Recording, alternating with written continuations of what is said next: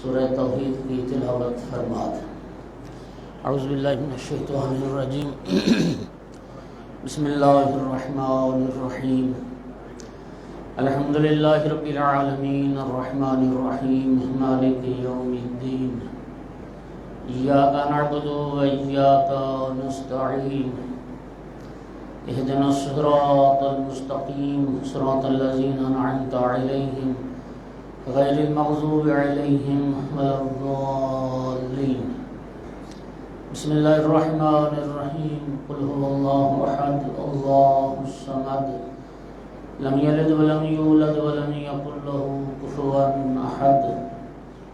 بسم اللہ الرحمن الرحیم، قل هو اللہ احد اللہ الصمد لم یلد ولم یولد ولم یکن له کفوا احد۔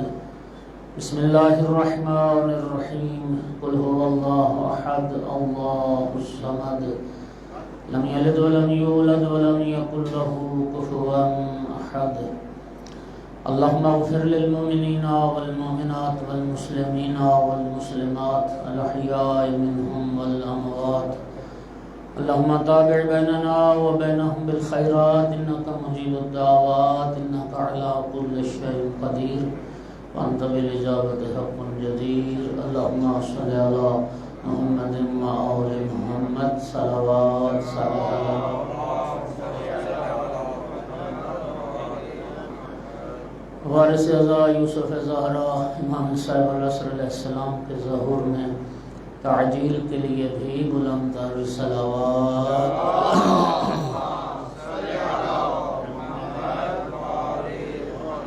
شب جمعہ ہے، شب زیارت امام حسین علیہ السلام۔ اللہ تعالی ہم سب کو بار بار والی کربلا کی معرفت کے ساتھ زیارت نصیب کرے۔ اس دعا کی قبولیت کے لیے بھی صلوات۔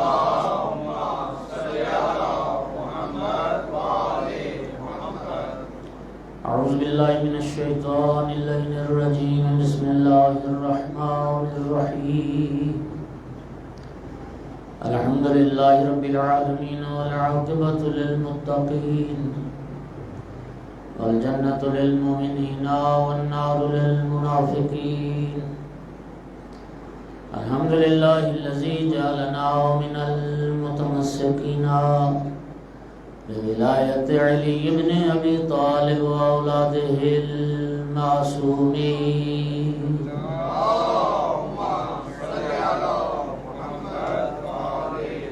الحمد للہ الذی جعلنا من الباقین علی سید الشہداء واولادہ واصحابہ المظلومین، الصلاۃ والسلام والتحیۃ والاکرام علی رسولہ الکریم شفیع المذنبین انیس الغریبین رحمۃ للعالمین، عنی العبد المؤید الرسول المسدد المحمود الاحمد المصطفى الامجد والقاسم محمد،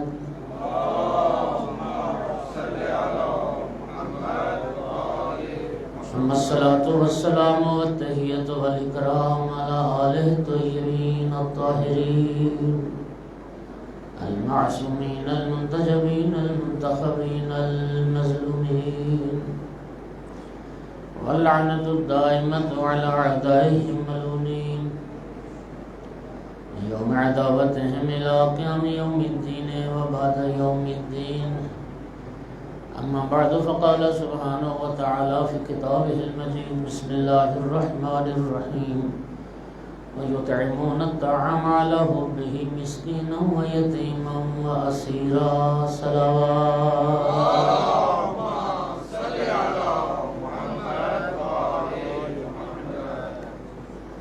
سامعین گرامی، حاضرین مجلس، تفسیر سورہ مبارکہ دہر کے حوالے سے آج پانچواں درس ہے۔ مومنین کرام، یہ بات گزارش کی جا چکی ہے کہ شان نزول اس سورہ مبارکہ دہر کا یہی تھا کہ جناب حسنین کریمین علیہ السلام بیمار ہوئے تو نبی کریم صلی اللہ علیہ وآلہ وسلم نے جناب امیر المومنین علیہ السلام سے فرمایا کہ یا علی اگر آپ منت مان لیں، نظر کر لیں بیٹوں کی شفا یابی اور صحت یابی کے لیے کہ 3 روزے رکھوں گا تو بہتر ہوگا۔ تو جناب امیر علیہ السلام نے فوراً منت مان لی 3 روزے رکھنے کی۔ توجہ کیجئے گا، بچوں کے ماں باپ سے نبی کریم نے یہ منت ماننے کا کہا تھا۔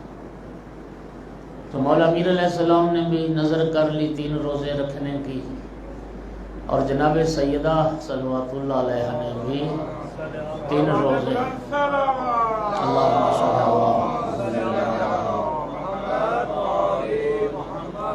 نبی پاک نے بھی منت مان لی۔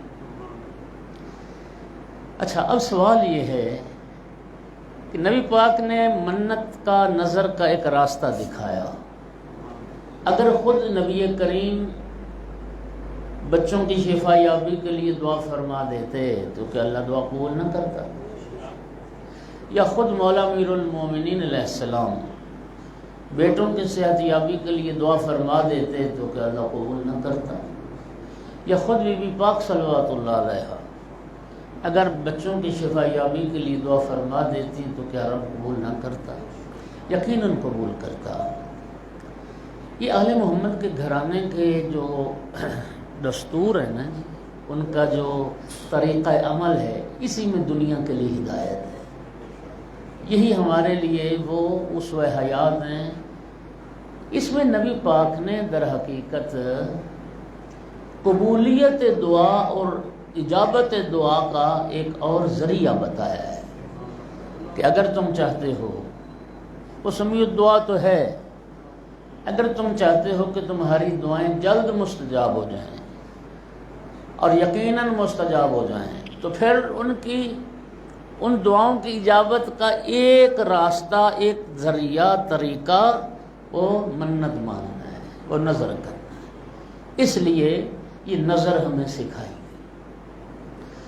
جب جناب امیر علیہ السلام نے اور سیدہ طاہرہ سلام اللہ علیہ نے نظر کر لی، منت مان لی، توجہ کیجئے گا، منت جناب حسنین کی شفا یابی کے لیے۔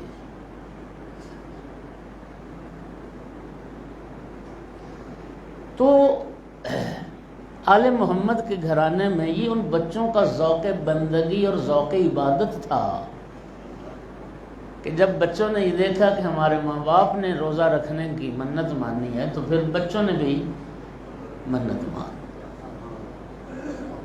حالانکہ ان بچوں کی شفا یابی کے لیے والدین نے منت مانی، اور جو اس گھر کی کنیز تھی، یہ اس ماحول کا اثر تھا، یہ اس گھر کی تربیت کا اثر تھا کہ گھر کی کنیز نے بھی مالکوں کی دیکھا دیکھی، انہوں نے بھی 3 دن کی منت دی کہ میں بھی 3 دن روزہ رکھوں۔ گھر کی کنیز نے، دیکھیے اس زمانے میں چونکہ اس کے علاوہ کوئی اور اصطلاح رائج نہیں تھی کہ ہمیں کنیز کہنا پڑتا ہے یا ہم کنیز سے یاد کرتے ہیں، ورنہ خدا کی قسم اس گھر کی کنیزی اتنا بڑا شرف ہے۔ دنیا میں بڑی بڑی شہزادیاں گزریں، بڑی بڑی ملکائیں گزریں، نہ کسی ملکہ کا نام آپ کو یاد ہے، نہ کسی شہزادی کا یاد ہے، لیکن خدا کی قسم اس گھرانے کی کنیز کا نام لوح دل پر نقش ہے اور نور کے لفظوں سے نقش۔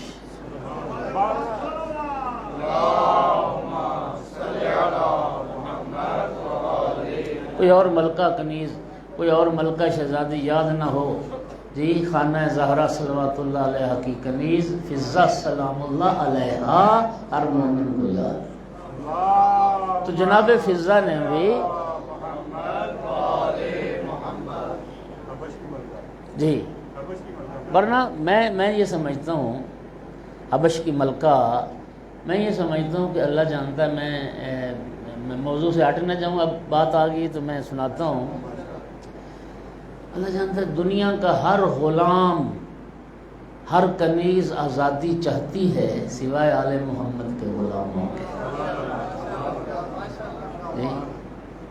آپ اسی سے اندازہ کریں جو حبشہ کی شاہی چھوڑ کے آئی اور آل محمد کی غلامی اختیار کی، تو اس شاہی سے اس غلامی کو بہتر پایا ہے تو نبی کریم نے جب بات آ گئی تو جب دعوت اسلام کے خطوط لکھے تھے نا مختلف سربراہان مملکت کو،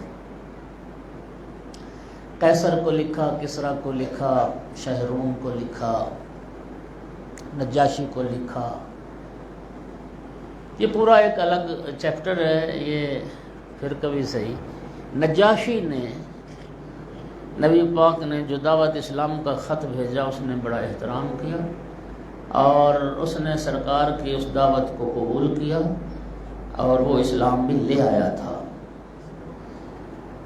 اس نجاشی نے تخت سے اتر کے خط لیا تھا سرکار کا، بوسے دیے تھے، اور اپنی اس عیسائی ریت کو نجاشی نے کہا تھا کہ جب تک سرکار دو عالم کا یہ خط ہماری سلطنت اور ریاست میں رہے گا ساری ریت خیر اور امن کے ساتھ رہے گی۔ تو نبی پاک کے خط کے جواب میں پھر نجاشی نے اس زمانے کی 2 کشتیاں، 2 بیڑیاں، بیڑے بحری، وہ قیمتی ہدایہ اور تحائف سے بھر کے بھیجے نبی پاک کے لیے، لباس بھی تھے اور اس کے بعد کے جو بھی قیمتی تحائف تھے، اس میں کنیزیں بھی تھیں۔ اس نجاشی کا ایک بیٹا تھا، لڑکپن کی عمر تھی، ابو نیزر اس کا نام تھا، تو نجاشی نے ابو نیزر کو بھی نبی پاک کی نوکری اور خدمت کے لیے بھیجا مدینے میں۔ یہ ابو نیزر رسول اللہ کی خدمت میں رہا۔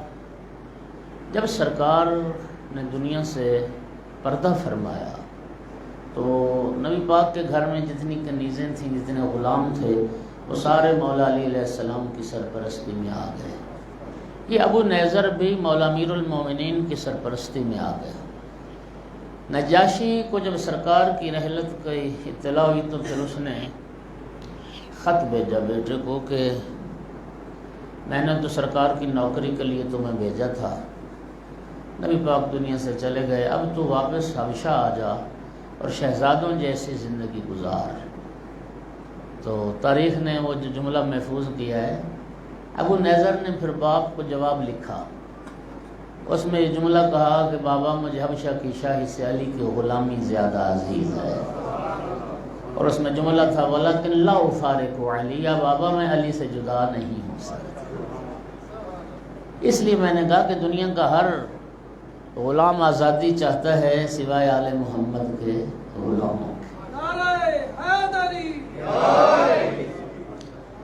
پھر یہ مولا امیر المومنین کی نوکری میں رہا، خدمت میں رہا، پھر مولا کی شہادت کے بعد امام مجتبی علیہ السلام کی خدمت میں رہا، پھر امام مجتبی علیہ السلام کی شہادت کے بعد امام حسین علیہ السلام کی خدمت میں رہا، اور پھر اس نے آل محمد کا دروازہ نہیں چھوڑا۔ پھر 28 رجب کو امام مدینہ سے چلے تو یہ ابو نیزر بھی مولا کے ساتھ کربلا پہنچا، اور عاشور کے دن سالار شہیدان پر جان قربان کرنے والوں میں شامل ہوا، اور رب نے اس ابو نیزر کو یہ شرف عطا کیا کہ وہ بھی شہیدان کربلا میں شامل ہوا۔ اللہم صل علی محمد۔ تو مالکوں کی عمل کی پیروی کرتے ہوئے جناب فضا نے بھی نظر کر لی، منت مان لی 3 روزے رکھنے۔ اچھا، منت ہم لوگ بھی مانتے ہیں، منت مانتے جلدی ہیں، پھر منت کو ادا پھر مرضی سے ہی کرتے ہیں یا پھر نہیں کرتے ہیں، کوتاہی کرتے ہیں، حالانکہ ایسا نہیں ہے۔ آل محمد علیہ السلام ہم بہانے کرتے ہیں کہ یہ کام ہو رہا ہے تو پھر ہاں جی کسی نے زیارت پہ جانے کی منت مان لی، یہ کام ہو جائے سید الشہداء کی زیارت کے لیے جائیں گے، تو پھر بہانے کرتا ہے کہ یہ کر لیں تو پھر چلے جائیں گے، چلو اگلی دفعہ چلے جائیں گے یا اس سے اگلی دفعہ چلے جائیں گے، پھر یہ نہیں ہوتا۔ آل محمد علیہ السلام کا آپ طریقہ دیکھیے. یہ خود روایت کے لفظ مستند میں کہہ چکا ہوں، پھر بتاتا ہوں آپ کو کہ ادھر جناب حسنین شریفین علیہ السلام کی وہ بیماری دور ہوئی، وہ بخار ختم ہوا، وہ تکلیف رفع ہوئی. اب آل محمد نے یہ بہانہ نہیں کیا کہ تھوڑی سی طاقت آ لے. بیماری کے بعد نقاط کمزوری تو ہو ہی جاتی ہے نا، کبھی چند دن ٹھہر کے پھر منت پوری کر لیں گے، ابھی تھوڑی سی توانائی آ جائے. اور بھائی طاقت اور توانائی آنے کی تو شرط نہیں تھی نا، صرف یہ تھی کہ یہ بیماری ختم ہو جائے تو ہم روزہ رکھیں گے. اور آل محمد علیہ السلام نے اس نظر کو پھر فوراً پورا کیا. یوفون بالنذر، فوراً. حالانکہ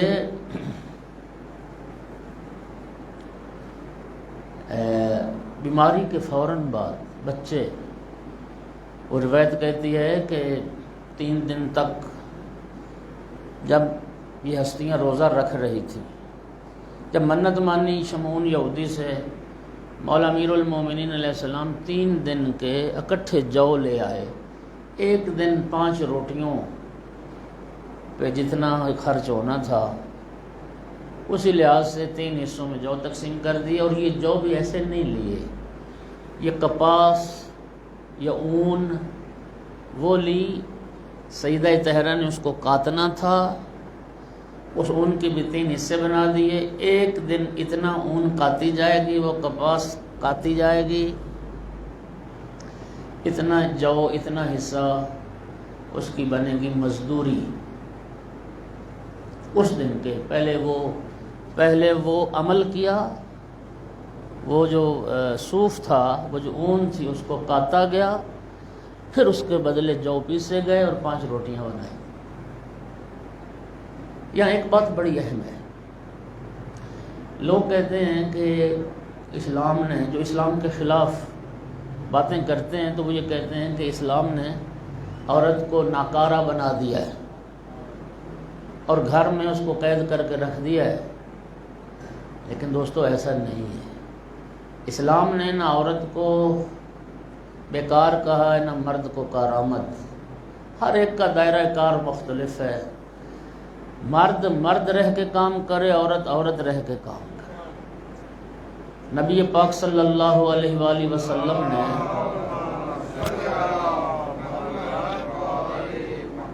سیدہ طاہرہ صلوات اللہ علیہ کی جب رخصتی ہو گئی تھی نا بی بی پاک کی، اور اگلا جب دن آیا تو نبی کریم صلی اللہ علیہ وآلہ وسلم نے سیدہ طاہرہ اور جناب امیر علیہ السلام کو سامنے بٹھا کے تقسیم کار فرمائی تھی.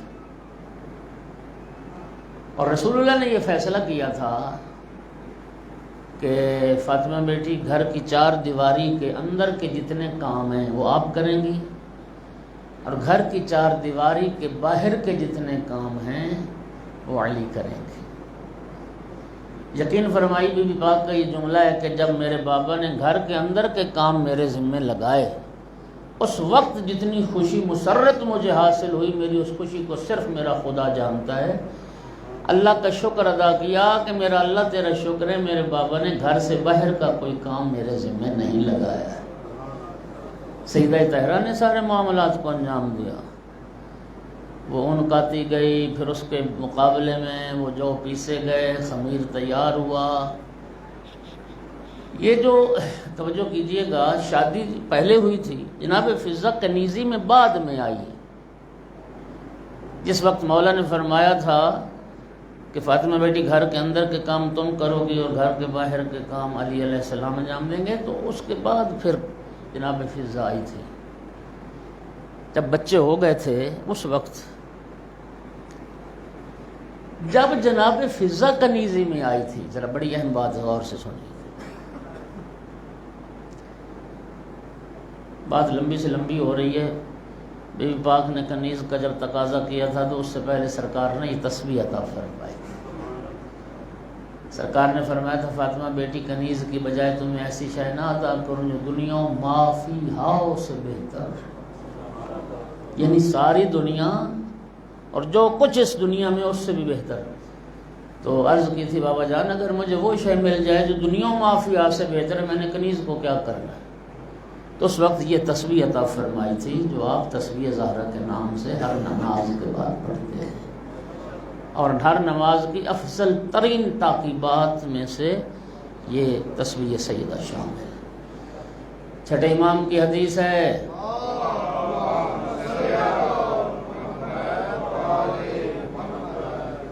ہزار رکعت نماز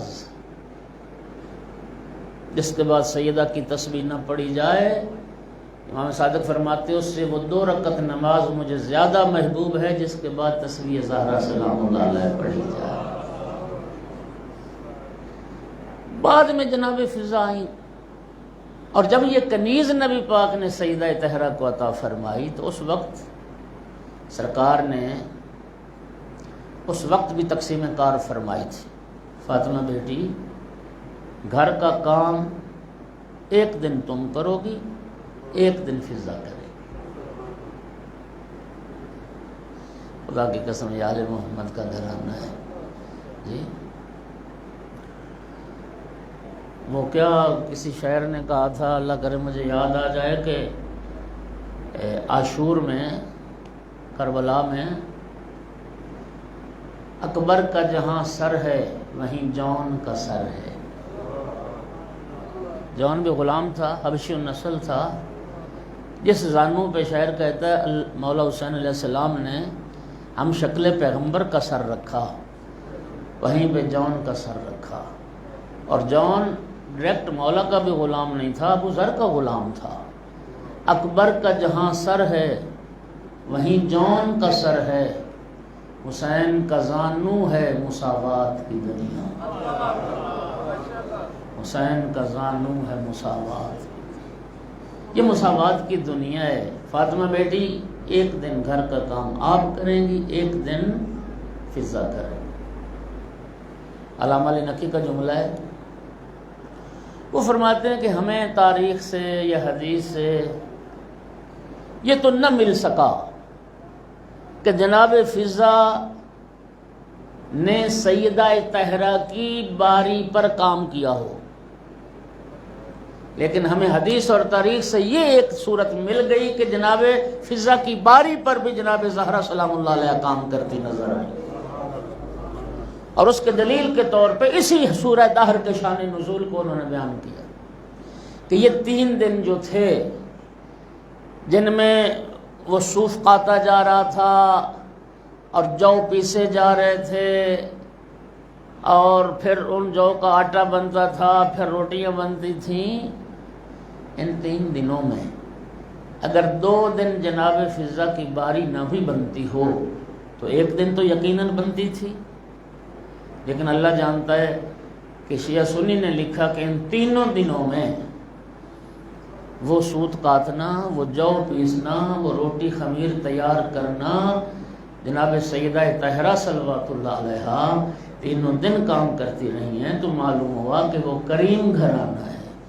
یہ تصور بڑا مشکل ہے کہ گھر کی نوکرانی کنیز بیٹھی ہے اور گھر کی مال کا مسلسل کام کر رہی ہو۔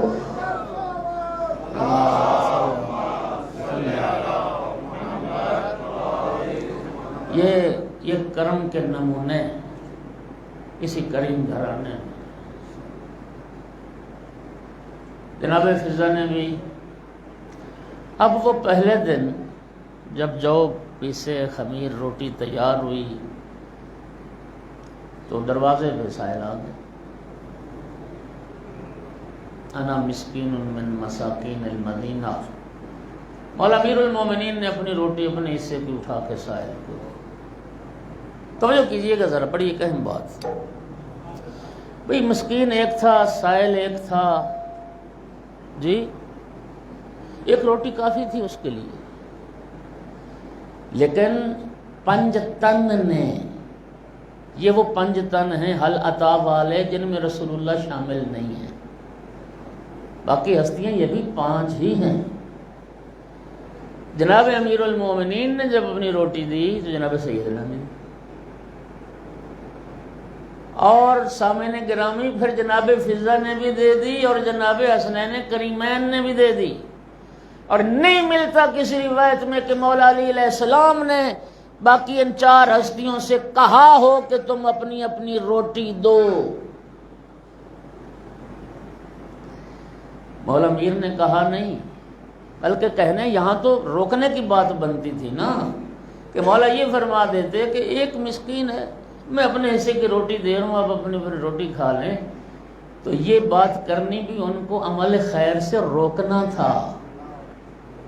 یہ توارد ہوا کہ عین جب افطار کے وقت ایک مسکین نے آواز دی، مولا امیر المومنین نے بھی اور مولا امیر المومنین کی دیکھا دیکھی، یا دیکھا دیکھی نہ کہوں تو زیادہ مناسب ہے کہ اس صدا کو ان 5 ہستیوں نے سنا، تو بیک وقت ہر ہستی نے اپنے حصے کی روٹی اٹھا کے اس مسکین کو، یعنی جناب فضا نے بھی جب نظر کے معاملے میں، منت ماننے کے معاملے میں یہ کنیز مالکوں سے پیچھے نہیں رہی، تو اثار کی منزل میں یہ پیچھے کیسے رہ سکتی تھی؟ اپنے حصے کی بھی روٹی اٹھا کر اور پانی سے روزہ افطار فرمائے۔ صلوات پڑھو ذرا صاحب۔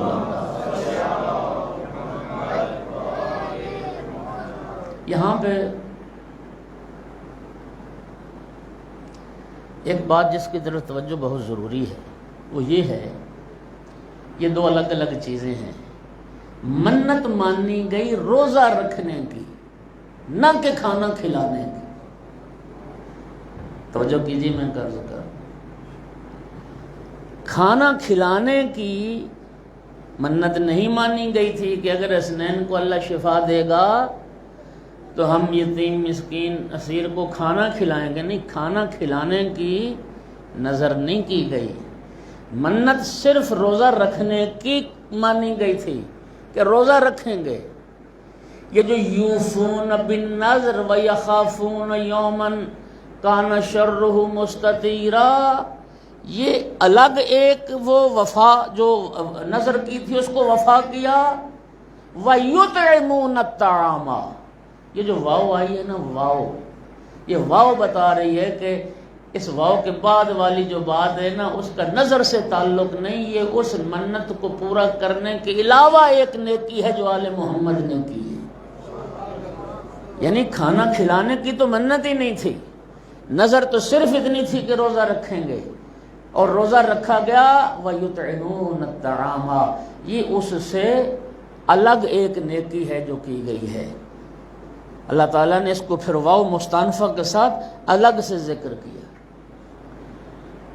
پہلا دن گزر گیا، پانی سے افطار فرمایا۔ اب ذرا ایک چیز پہ غور کریں سامعین گرامی، 3 دنوں کے جو لائے تھے مولا علی، 3 حصوں میں تقسیم کیے تھے۔ اگر اپنی روٹی اس مسکین کو دے دی تھی تو ابھی پوری رات پڑی ہے، بڑا وقت تھا کہ بی بی پاک جو اور پیس لیتی اور روٹی بنا لیتی حسنین کریمین کے لیے۔ بات پہنچی آپ تک؟ جی، اور بنا لیتی، جو پیس کے شہزادوں کو روٹی کھلا دیتی، لیکن نہیں، کیوں؟ توجہ کیجیے، یہ ہے آل محمد کی تہذیب، یہ ہے دنیا کے لیے نمونہ عمل۔ وہ جو ضرور پڑے تھے، لیکن وہ جو ابھی تک ملکیت میں نہیں آئے تھے، جتنی ان کی وہ سوت اون کاتی گئی تھی، اس کے برابر جب وہ عمل پہلے ہو جاتا تھا تو پھر اجرت کے مالک بن جاتے تھے۔ لیکن چونکہ ابھی وہ جو اون کاتی گئی تھی وہ صرف ایک حصہ کاتا گیا تھا، جو گھر میں تھے کیسے ہاتھ لگاتے جب تک پہلے ان کی اجرت ادا نہ کرتے، اس کو اپنی ملکیت میں کیسے لے گیا۔ اور پانی سے افطار فرمایا۔ دوسرا دن روزہ رکھا گیا اسی پانی کے ساتھ۔ اب یہ دوسرا روزہ روزے پہ روزہ ہو گیا نا، یعنی کھایا تو کچھ بھی نہیں، صرف پانی پہ افطار۔ البتہ یہاں پہ میں ایک اور نقطے کی طرف توجہ دلاؤں، جن دلوں میں بیماری ہے نا، جنہیں آل محمد کے فضائل سے چڑ ہے اور بہانے تلاش کرتے ہیں، ایک مفسر ایسا بھی ہے کہ جس کے لیے علماء کہتے ہیں اس کی تفسیر میں سب کچھ ہے سوائے تفسیر کے۔ اور وہ سارا زور ایسی آیات پہ لگاتا ہے جو آل محمد کی شان میں ہے، اور سارا زور علمی صرف کرتا ہے تاکہ آل محمد کی کوئی فضیلت ثابت نہ ہونے پائے، اور طرح کہ اس کو امام المشککین کہتے ہیں، وہ تشقیق ایجاد کرتا ہے۔ وہ کہتا ہے جی وہ پھر 3 دن کیسے بھوکے رہے اور صرف پانی کے ساتھ کیسے گزارا ہو سکتا ہے؟ منہ توڑ دیا ہے دلیل دینے والوں نے۔ انہوں نے ایک یورپ کا ایک طبیب گزرا، ایک ڈاکٹر گزرا، اور ہمارے ہاں بھی یہ مجھے بھی تھوڑا تھوڑا یاد پڑتا ہے، ہمارے ہاں کے بھی جو اطباء تھے نا پہلے وہ معدے کی بیماریوں کا علاج صرف اس بات سے کرتے تھے کہ اتنے عرصے تک کھانا نہ کھایا جائے، صرف پانی پیا جائے۔ وہ چلہ کرواتے تھے، 40 دن لوگ صرف پانی پہ زندہ رہے ہیں۔ میں تفسیر نمونہ میں پڑھ رہا تھا، تفسیر نمونہ جن ایک علماء کی جماعت نے لکھی ہے آیت اللہ ناصر مکارم شیرازی کی سربراہی میں، ان میں سے ایک عالم دین نے خود اپنا تجربہ لکھا ہے کہ میں نے 22 دن تک صرف پانی پی کے گزارا ہے، میں نے کچھ نہیں کھایا۔ تو وہ تو 3 دن تھے، صلوات پڑھ لیں۔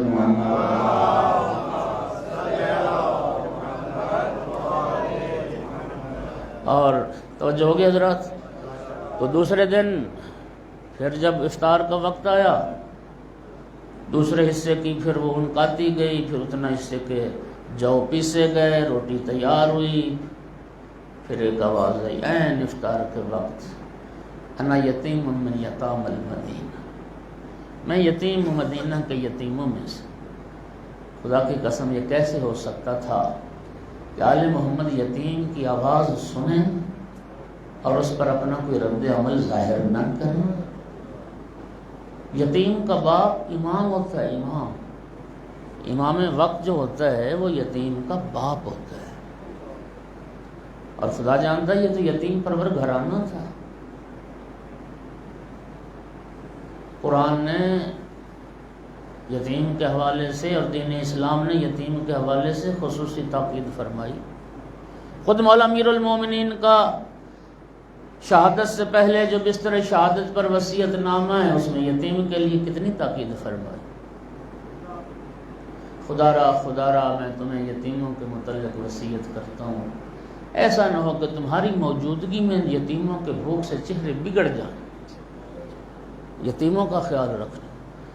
متفق علیہ حدیث نبی پاک نے یوں فضا میں 2 انگلیاں بلند کر کے فرمایا تھا، انا وقافل الیتیم کہاتین فی الجنہ، کہاتین فی الجنہ۔ سرکار نے فرمایا تھا سن لو، میں اور کسی یتیم کی کفالت کرنے والا، کسی یتیم کو پالنے والا جنت میں ایسے اکٹھے ہوں جیسے میرے ہاتھ کی 2 انگلیاں اکٹھے۔ یقین فرمائیے کتنی مطلق حدیث ہے۔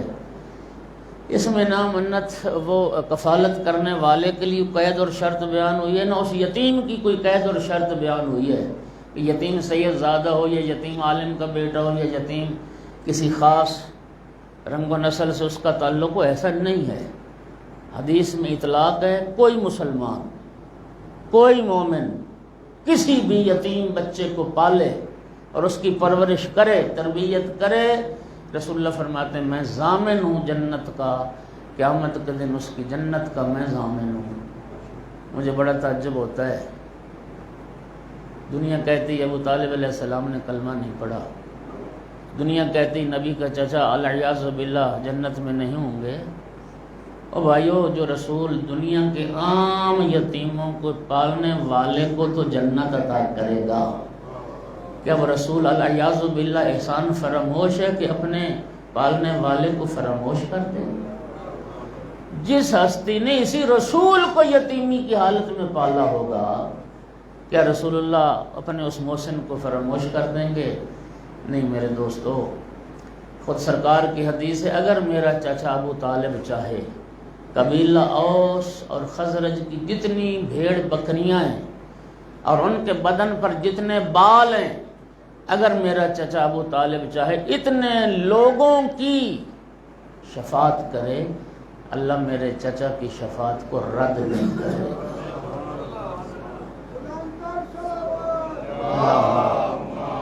صلی اللہ علیہ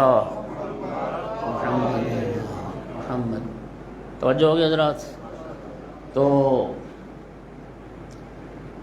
بات ہو رہی تھی کہ یتیم آیا دوسرے دن، بیان ہی اسی طرح ان پانچوں ہستیوں نے، حالانکہ اس کی کفایت تو ایک روٹی سے بھی ہو جانی تھی، لیکن آل محمد عمل خیر میں ایک دوسرے سے پیچھے کیوں رہیں؟ سب نے اپنے اپنے حصے کی روٹی عطا کر دی۔ پھر تیسرا دن آیا، تیسرے حصے کے وہ سوت جو تھا وہ صوف کاتا گیا، پھر جو پیسے گئے، پھر 5 روٹیاں بنی، اسیر آیا، سب نے اپنی روٹی ان سے دے۔ اب ظاہر ہے ہر دن جیسے گزرتا گیا وہ بھوک کی اشتہا تو بڑھتی گئی، خواہش کھانے کی اور شدید ہوتی گئی۔ ہر آنے والا دن جو تھا وہ پہلے سے زیادہ اس شدت کے ساتھ آیا۔ 3 دن گزر گئے۔ اب سامعین گرامی جو چوتھا دن آیا اس کی کیفیت یہ ہے کہ اس دن رسول اللہ سیدہ طاہرہ کے گھر تشریف لائے۔ جب رسول اللہ گھر تشریف لائے تو یہ ساری ہستیاں رسول اللہ کی تعظیم کے لیے اٹھیں۔ روایت کہتی ہے جناب حسنین کریمین علیہ السلام کی اس وقت حالت یہ تھی کہ جس طرح ایک تازہ وہ ایک بچہ نہیں نکلتا مرغی کا، پرندہ، اور تازہ جب وہ انڈے سے آتا ہے نا تو کانپ رہا ہوتا ہے، کوئی کھڑا نہیں ہو سکتا اس کی ٹانگیں۔ روایت کہتی جناب حسنین کریمین کمزوری کی وجہ سے یوں کانپ رہی تھی ان کی ٹانگیں۔ جناب سرکار دو عالم نے پوچھا یا علی کیا ہوا، یہ کیفیت میں کیا دیکھ رہا ہوں؟ راوی نے اگر حسنین کریمین کے پاؤں اور ٹانگوں کو دیکھ لیا تو رسول اللہ نے نہیں دیکھا ہوگا۔ یا علی یہ کیا کیفیت میں دیکھ رہا ہوں؟ جناب امیر علیہ السلام نے عرض کی یا رسول اللہ، اللہ بہتر جانتا ہے اور اللہ کا رسول بہتر جانتا ہے۔ یہ بھی تہذیب تھی آل محمد علیہ السلام کی کہ مولا امیر المومنین نے اپنی زبان مبارک سے کچھ بیان کرنے کی خواہش اور کوشش نہیں کی، اتنا فرمایا اللہ اور اللہ کا رسول بہتر جانتا ہے۔ بس جناب امیر علیہ السلام کا یہ کہنا تھا اور جبرائیل سورہ دہر کی 31 آیات لے کر نازل ہوا۔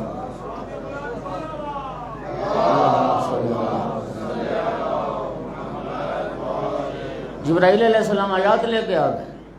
او بھائیو ذرا سنو، جبرائیل علیہ السلام کا آیات لے کے آنا اور ان آیات میں آل محمد کا تذکرہ کرنا، ہمیں اس ذکر سے کون روک سکتا ہے جن ہستیوں کا ذکر خود اللہ رب العزت کرتا ہے، جن کا ذکر خود پروردگار کرے اور جن کے فضائل خود اللہ قرآن میں وحی بنا کے بھیجے، اس کے ذکر کو، ان ہستیوں کے ذکر کو بیان کرنے سے ہمیں بھی کوئی روک نہیں سکتا ہے، اور اس ذکر کے عبادت ہونے میں شک کی کوئی نہیں۔ جن ہستیوں کا اللہ ذکر کرے ہم ان کا ذکر کیوں نہ کریں؟ صلوات پڑھ رہے ہیں محمد والے محمد علیہ السلام کے ذات۔ ایک مرتبہ پھر بھی صلوات پڑھیں صاحب۔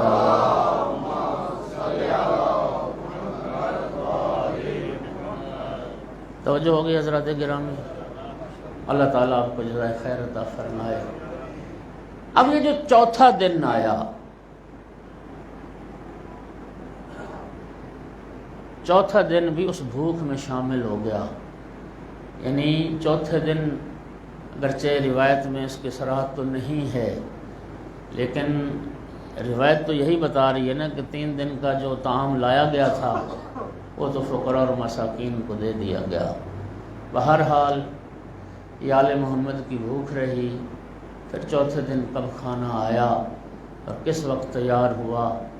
بہرحال خداوند عالم کی طرف سے جبرائیل جو آیات لے کے آیا، ان میں اگلی آیت جو ہم کل جہاں تک پہنچے تھے وہ یہ تھا کہ مسکین یتیم اسیر کو کھانا کھلا دیا، اور ان ہستیوں نے زبان سے کہا نہیں، لیکن اللہ نے ان کے ارادے کو قرآن بنا دیا کہ انما نطعمکم لوجہ اللہ، ہم اللہ کی رضا کے لیے تمہیں کھلاتے ہیں، تم سے نہ کوئی صلہ چاہتے ہیں نہ کوئی بدلہ چاہتے ہیں، حتیٰ تم سے ہم شکریہ کا تقاضا بھی نہیں کرتے ہیں۔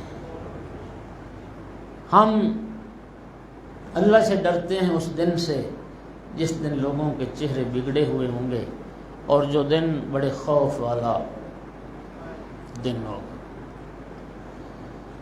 اس کے بعد ارشاد پروردگار ہوا فوقاہم اللہ شر ذالک اليوم، اللہ نے چونکہ یہ عمل انہوں نے اللہ کی رضا کے لیے کیا اور اس دن کا خوف بھی رکھتے تھے، رب نے انہیں یہ سند دے دی، فوقاہم اللہ شر ذالک اليوم، اس دن کی شر سے اللہ نے آل محمد کو بچا لیا، اس دن کی شر سے انہیں بچا لیا۔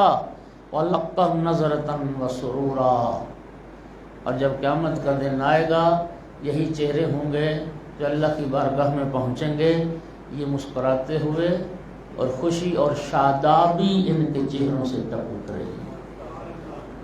وَجَزَاهُمْ بِمَا صَبَرُوا جَنَّةً وَحَرِيرًا، اللہ اکبر، یہ جزا اللہ نے انہیں جو دی ہے، بدلہ دیا ہے کہ جنت کی جو نعمتیں ذکر ہو رہا ہے اور آگے آ رہی ہیں، یہ کیوں جی یہ جزا، یہ بدلہ آل رسول کو کیوں ملا، کس بات پر؟ بما صبروا، یہ سارا صلہ اجر ان کے صبر کی وجہ سے۔ جنتاً وحریرا، جنت بھی ان کے صبر کا نتیجہ، اور حریر ریشم کے لباس بھی ان کے صبر کا نتیجہ۔ اچھا، صبر کا مفہوم بڑا وسیع ہے، لیکن ایک معنی صبر کا وہ خود روزہ ہے، روزہ۔ استعینوا بالصبر والصلاۃ، یہ جو اللہ پاک نے فرمایا نا کہ صبر کے ذریعے سے کیا کرو، مدد مانگو، رب سے سہارا طلب کرو، اور نماز کے ذریعے سے سہارا طلب کرو۔ مفسرین نے صبر کی تفسیر روزے سے فرمائی، بالصبر والصلاۃ، یعنی روزے اور نماز کے ذریعے سے اللہ سے مدد چاہو۔ تو یہ جو 3 روزے تھے، توجہ، یہ جو 3 روزے جو نظر والے روزے تھے، اللہ فرما رہے ان کے صبر کے نتیجے میں، ان کے روزوں کے نتیجے میں اللہ نے آل محمد کو جنت بھی عطا کر دی، جنت کی نعمتیں بھی عطا۔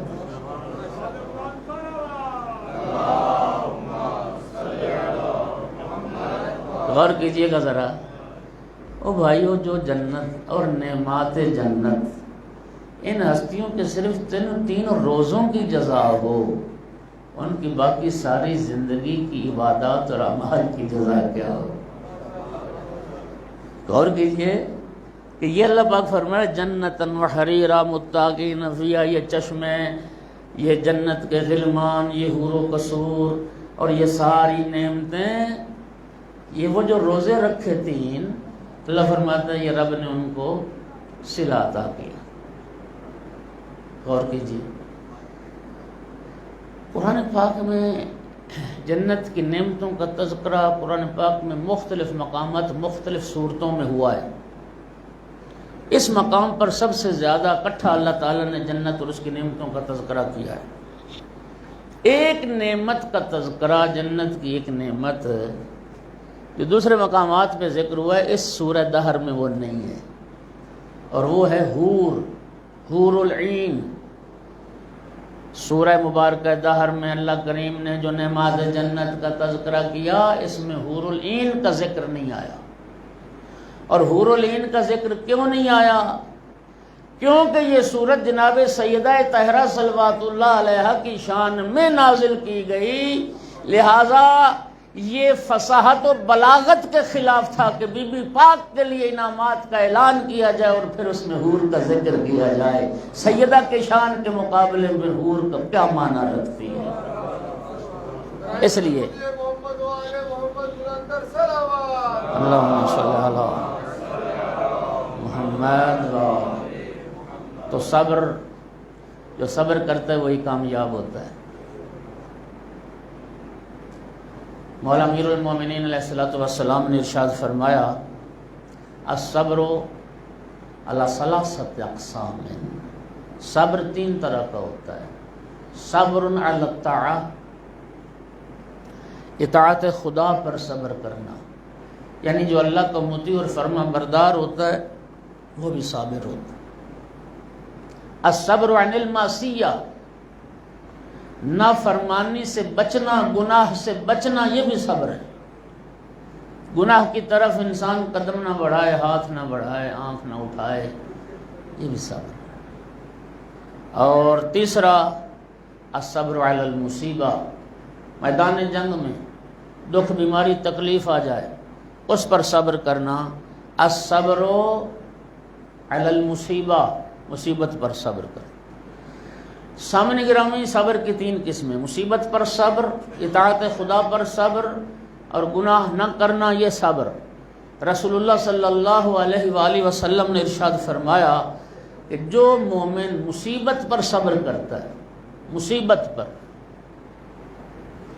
دکھ آ گیا، تکلیف آ گئی، جزا فضا نہیں کرتا، نہ شکری نہیں کرتا، کلمات کفر زبان سے نہیں نکالتا، سرکار فرماتے ہیں اللہ اس کو 300 درجہ مصیبت پر صبر کرنے کا عطا کرے گا، اور ایک ایک درجہ زمین سے آسمان تک اس میں فاصلہ ہوگا، زمین سے آسمان تک فاصلہ، اور 300 درجات اسے جنت میں عطا کیے جائیں گے، جو کیا کرتا ہے؟ مصیبت پر صبر کرتا ہے۔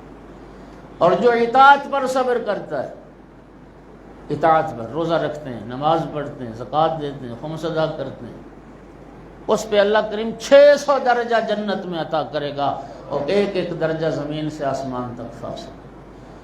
اور سب سے زیادہ اجر الصبر عن المعصیہ، جو گناہ سے رک جاتا ہے، جو گناہ نہیں کرتا ہے، یہ صبر کا اعلیٰ ترین درجہ ہے۔ اور رسول اللہ نے فرمایا ایسے صابر کو اللہ 900 درجہ جنت میں عطا کرے گا، اور ایک ایک درجے کا فاصلہ زمین سے آسمان تک ہوگا۔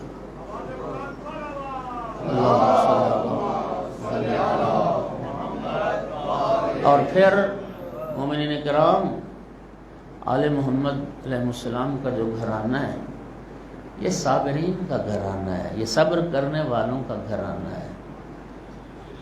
مولا امیر المومنین علیہ السلام کا زیارت نامہ پڑھنے، جناب امیر المومنین علیہ السلام کے لیے خود نہج البلاغہ خطبہ شکشکیہ میں جملہ ہے فی العین کزن و فی الحلق شجن وصبرت فی العین کزن و فی الحلق شجن و ارات راسی نحبہ، میری آنکھوں میں کانٹے چوبے ہوئے تھے، میرے حلق میں ہڈی پھنسی ہوئی تھی، میں اپنی میراث لٹتے ہوئے دیکھ رہا تھا، اور میں علی نے صبر کی۔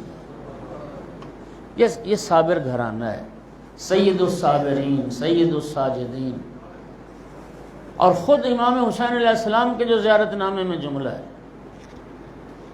مولا حسین علیہ السلام کے زیارت نامے میں جملہ ہے، خدا کی قسم صبر کی معراج تھی جس پر مولا حسین علیہ السلام فائز تھے۔ مولا حسین کے زیارت نامے کا جملہ ہے میرا سلام و سستی پر جس کے صبر سے فرشتے حیران تھے، میرا سلام و سستی پر جس کے صبر سے ملائکہ حیران تھے۔ یہ 3 دن تھے حل عطا والے، لیکن 3 ہی دن تھے کربلا والے۔ حل عطا والے دنوں میں اور کربلا والے 3 دنوں میں ایک فرق ہے۔ یہ جو حل عطا والے 3 دن تھے، ان میں کھانا تو نہ کھایا آل محمد نے، لیکن پینے کے لیے پانی تو تھا۔ لیکن وہ جو 3 دن تھے نا کربلا والے، ان میں نہ کھانا تھا نہ پانی تھا۔ 7 محرم سے پانی بند ہوا، 7 محرم، 8 محرم، 9 محرم، جو عاشور کا دن ہے نا 10واں، یہ 4تھا دن تھا۔ وہ پانی جو بند ہوا، وہ پیاس عاشور کے دن تک۔ اگرچہ دیکھیے میری آقا زادی صلوات اللہ علیہ کے جو مرثیے ہیں، جو نوحے ہیں، اس میں بی بی پاک نے اپنے بھائی کی بھوک کا بھی ذکر کیا ہے۔ قتل اخی عطشانا، میرا بھائی پیاسا ذبح ہوا ہے۔ قتل اخی جائع، میرا بھائی بھوکا ذبح ہوا ہے۔ امام سجاد علیہ السلام نے بھی حتیٰ اپنے بابا کی پیاس کو بھی یاد کرتے تھے، اپنے بابا کی بھوک کو بھی یاد کرتے تھے۔ لیکن عزادارو کربلا اور شہیدان کربلا کی جو سیرت ہے ہمارے سامنے، اس میں پیاس کا ذکر زیادہ آتا ہے۔ پیاس کا اظہار بھی ہوا، پانی مانگا گیا۔ شیخ جعفر شوستری نے اس بات کی بڑی صراحت کی ہے کہ کربلا والے بھوکے بھی تھے، 7 محرم سے پانی بند ہوا، خدا جانے کھانا کب سے ختم ہو گیا تھا۔ پانی کا مانگا ہے، مولا حسین نے بھی اتمام حجت کی ہے، اور پانی مانگنا یہ انسانیت کا حق ہے، اور پانی مانگنا دنیا کے کسی مذہب میں، کسی مسلک میں یہ کمی شمار نہیں ہوتا۔ کھانا مانگنا عیب شمار ہوتا ہے، اور یہی وجہ ہے خدا کی قسم کہ کربلا کے ان 3 دنوں میں اور چوتھا دن عاشور کا امام حسین علیہ السلام نے پانی مانگا ہے، لیکن کھانا کسی سے نہیں مانگا ہے، کھانے کا سوال نہیں کیا، اور پانی حق تھا۔ علامہ علی نقی کا جملہ بڑا ہی خوبصورت جملہ ہے۔ علامہ علی نقی فرماتے ہیں کہ مولا حسین علیہ السلام اگر لشکر یزید کا پانی اپنا ذخیرہ کردہ پانی ہوتا تو مولا حسین ان سے پانی بھی نہ مانگتے، لیکن پانی تو وہ فرات تھا جو سیدہ طہرہ کے حق مہر میں رب نے لکھ دیا تھا، وہ تو رب کی جاری کردہ نہریں تھیں جس پہ فرزند رسول کو پیاسا رکھا۔ اتمام حجت کی مولا حسین علیہ السلام نے، میں تمہارے رسول کا بیٹا ہوں، پیاسا ہوں، میں علی بطول کا لال ہوں اور پیاسا ہوں۔ سامعین گرامی، مولا حسین نے اپنی زبان سے بھی اتمام حجت کیا ہے، پانی مانگا ہے، اور بے زبان کی زبان سے بھی پانی مانگا ہے۔ جب 6 ماہ کے لال کو لے کے گئے اپنے ہاتھوں پر، اے لشکر یزید تمہاری نگاہ میں قصوروار ہوں تو میں، یہ 6 ماہ کے بچے کا کیا قصور ہے جس کی ماں کا دودھ بھی خشک ہو چکا؟ اولا ترونا انہ کیف یتلظی عطشا، دیکھتے نہیں ہو شدت پیاس سے کیسے منہ کھولتا ہے، کیسے منہ بند۔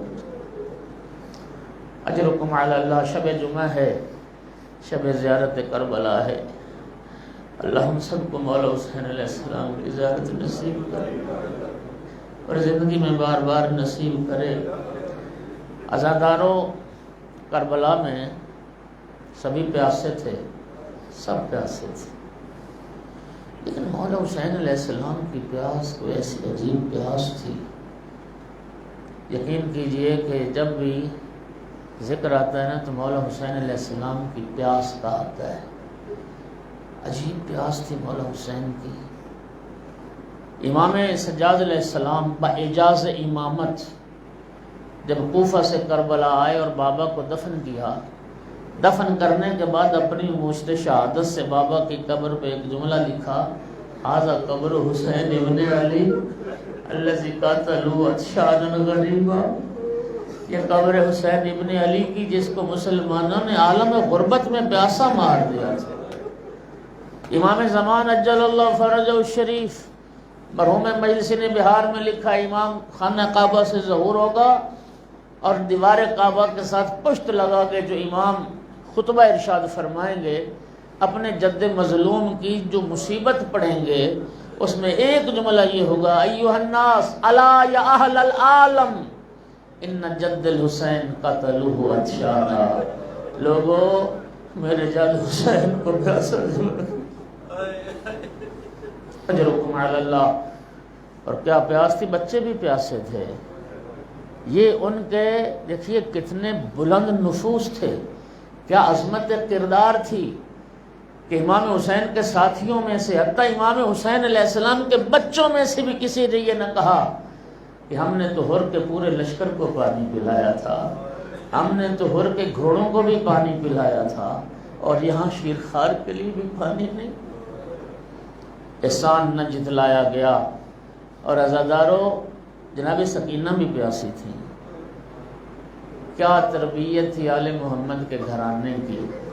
جب بھی نماز کا وقت ہوتا تھا نا تو جناب سکینہ بابا کے لیے مصلی عبادت بچھاتی تھی۔ عاشور کے دن جب نماز عصر کا وقت ہوا، بی بی نے بابا کے لیے مصلی عبادت بچھایا، میرا بابا آئے گا نماز عصر ادا کر۔ بی بی انتظار میں تھی۔ ایک مرتبہ خیمے کے دروازے پہ زلزلہ کی آواز آئی، بیوی باہر نکلی، عجیب منظر دیکھا، زین ڈھلی ہوئی تھی، باتیں کٹی ہوئی تھی، گھوڑے کی پیشانی خون آلود تھی، سمجھ گئی میرا بابا مارا گیا، گھوڑے کے گلے میں باہیں ڈال دی، ایک سوال کیا، یا جواد ابھی یسو کہ یا بھی ہم کو تلات شادا، میرے بابا کا گھوڑا مجھے اتنا بتا، میرے بابا کو ذبح کرنے سے پہلے کسی نے پانی پلایا تھا یا میرا بابا پیاسا مارا گیا؟ اجرکم علی اللہ، اجرکم علی اللہ۔ اور زادارو، میدان کربلا میں جو ترتیب شہداء ہے، شہداء کی ترتیب وہ کیا ہے کہ پہلے اصحاب شہید ہوئے، اصحاب کے بعد دور کے رشتہ دار شہید ہوئے، ان کے بعد پھر قریب کے رشتہ دار شہید ہوئے۔ اور یاد رکھیے، یہ ایسا نہیں تھا کہ اہل بیت میں سے کوئی جانا چاہتا تھا اور اصحاب چاہتے ہوں کہ نہیں آقا نہیں، پہلے ہم جانے قربان کریں گے، شاید ایسا ہوا ہو، لیکن امام حسین علیہ السلام کی حکمت عملی تھی۔ امام حسین علیہ السلام نے حکماً ایسا کہا تھا، پہلے میرے اصحاب اللہ کی راہ میں جانے قربان کریں گے۔ اور وہ کیوں کریں گے؟ اس لیے کہ کربلا میں کیا خوبصورت جملہ فرمایا علامہ علی نقی نے، کربلا میں مرنا آسان تھا، جینا مشکل تھا۔ جو جتنا جلدی مرتبہ شہادت پر فائز ہوا اس کی پیاس بجھ گئی، اور جو جتنی دیر سے شہید ہوا اس نے اتنی زیادہ شدت پیاس کو برداشت کیا۔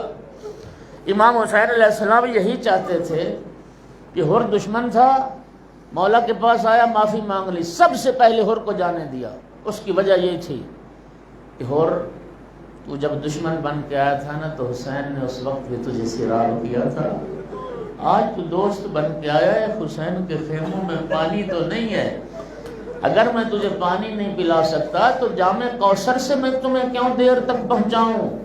جلدی جاؤ، جان قربان کرو، میرے نانا کے ہاتھوں کوثر کے جام سے سیراب ہو جاؤ۔ پھر اصحاب کو باری باری بھیجا، پھر جو خاص الخاص اصحاب تھے ان کو آخر میں رکھا، حبیب آخر میں رہے، زہیر آخر میں رہے۔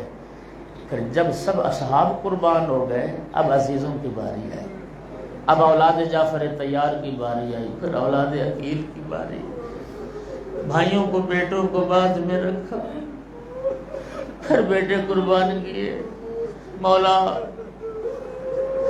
آپ کی کیا حکمت عملی تھی، یہاں تک تو ہم سمجھ سکتے تھے، لیکن آقا ہمیں سمجھ نہیں آئی، ہماری عقل و منطق جواب دے گئی کہ کتنا اعتماد تھا علی اصغر کے کردار پر کہ شہزادہ علی اصغر کو صرف اپنی شہادت کا پیش خیمہ رکھا۔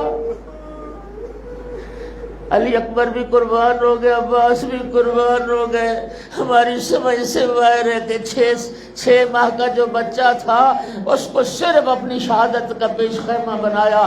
کتنا ناز تھا مولا حسین کو علی اصغر کے کردار پر۔ الا لعنۃ اللہ علی القوم الظالمین وسيعلم الذين ظلموا أي منقلب ينقلبون۔ کریم مالک ذکر کو قبول فرما، میرا اللہ اس ذکر کا ثواب یہ جو